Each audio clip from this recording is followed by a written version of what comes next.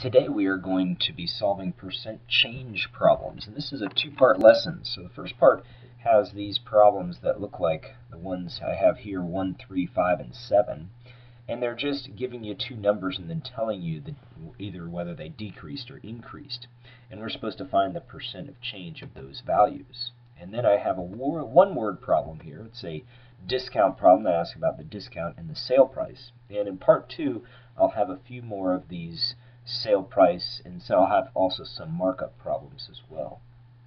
And so let's take a look at the first problem. Well, before I guess we get to it, let's talk about percent change.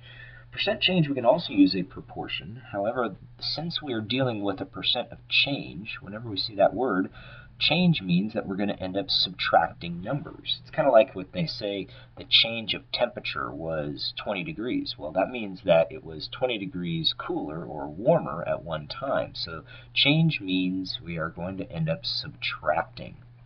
And so let's figure out what we're supposed to subtract and how we set up a fraction to represent that. Well, since we're dealing with percent of change, we're dealing with subtraction of two numbers. Well, we've got the two numbers right here. Well, what would be the top and what would be the bottom? Well, remember, a fraction is a part over a whole.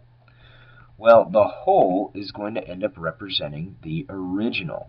It's going to be the original number. And so whatever the original number is, whatever the first number is, and then what we have on the top is the part. Well, the part is the amount of change. And so it's going to be the difference of the two numbers. So we'll just say amount of change. And so let's take a look at how we can set that up. Now, I guess the next thing we'll end up doing is setting up a proportion, which will be the percentage over 100, and then we'll end up being able to solve from there. And so our goal will be to find this percent of change. So x is going to be the number that goes in place of the percent symbol. So the amount of change. Well, the amount of change is just the difference of our two numbers.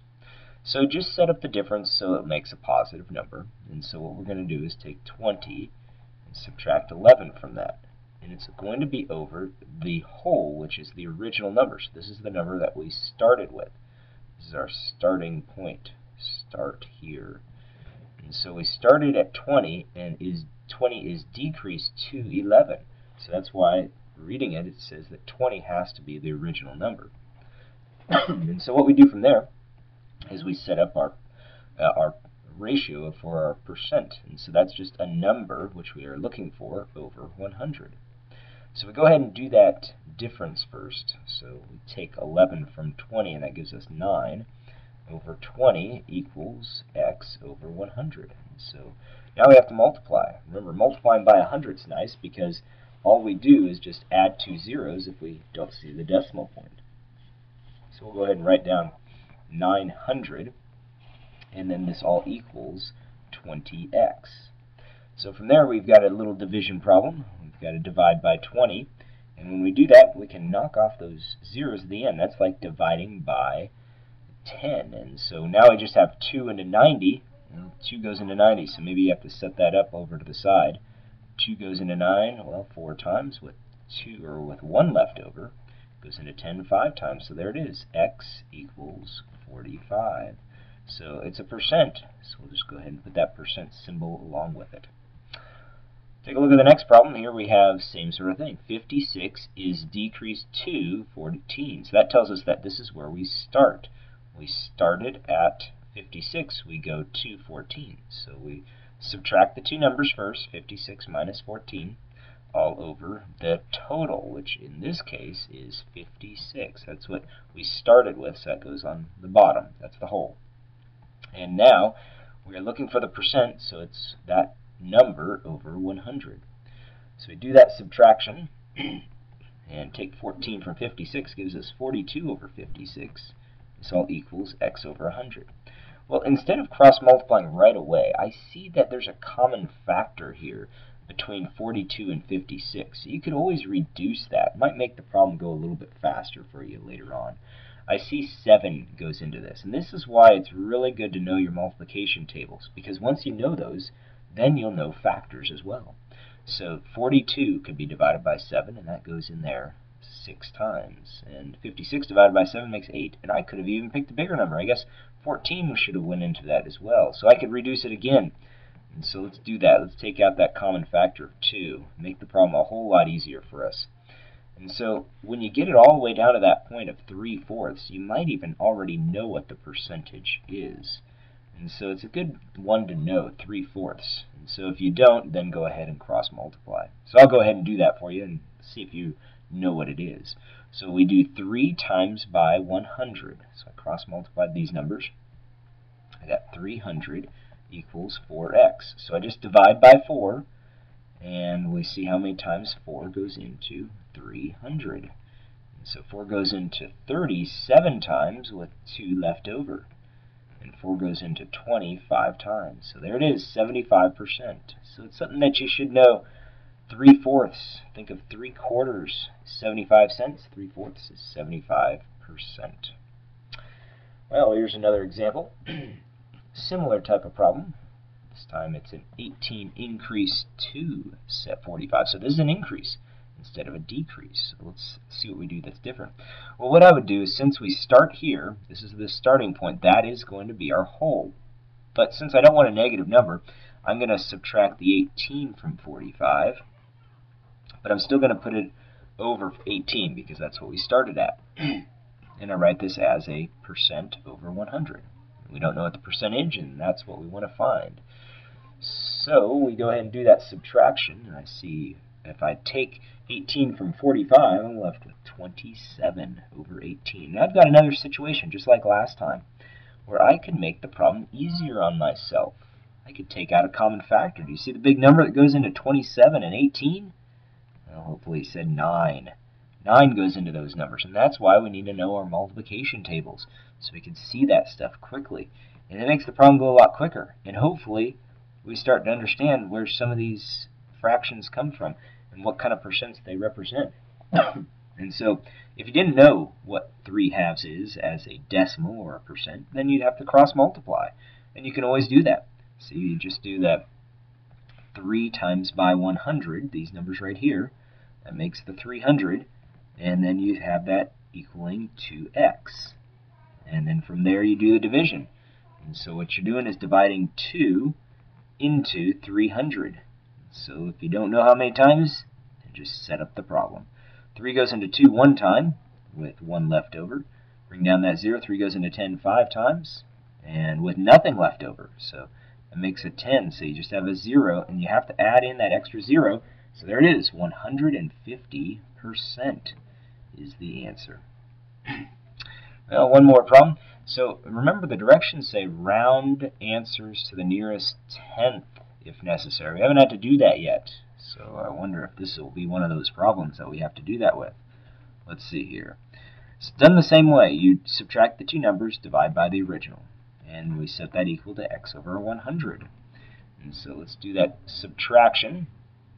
We end up with 78.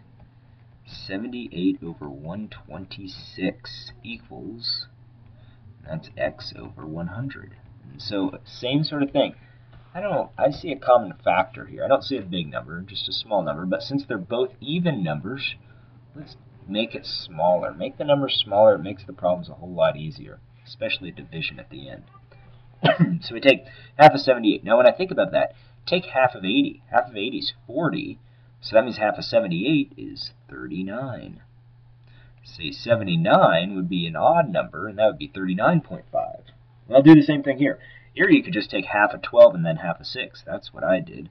Half of 12 is 6. Half of 6 is 3, so 63.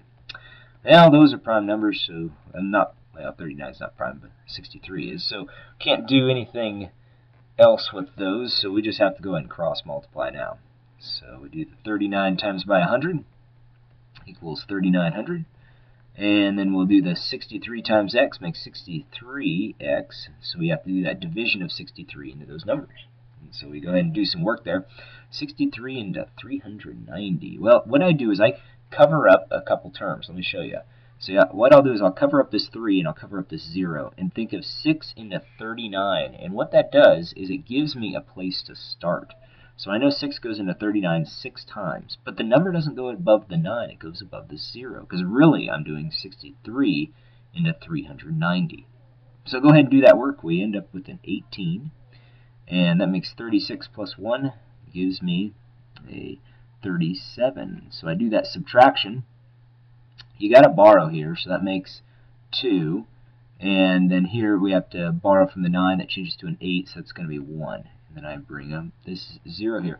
Well, here 63 doesn't go in there twice, because twice would make 126. So it just goes in one time. But that's okay. It ends up making a really big number when we do the reducing or subtraction here. This makes a 7. I have to borrow from this 12, but changes to an 11, so it makes 57. And I have to add a 0. Now, here's where the decimal point goes. So we just have to go a couple more spaces because we're supposed to round to the 10. So I need to go to the hundredths place. So here's my tenths. So again, I use that same rule, which says that I'm going to cross off this 3, I'm going to cross off this 0, and think of 6 into 57. Well, 6 goes into 57 9 times. So that's what I'm going to try. I don't know if it's right, but it's just a spot to try.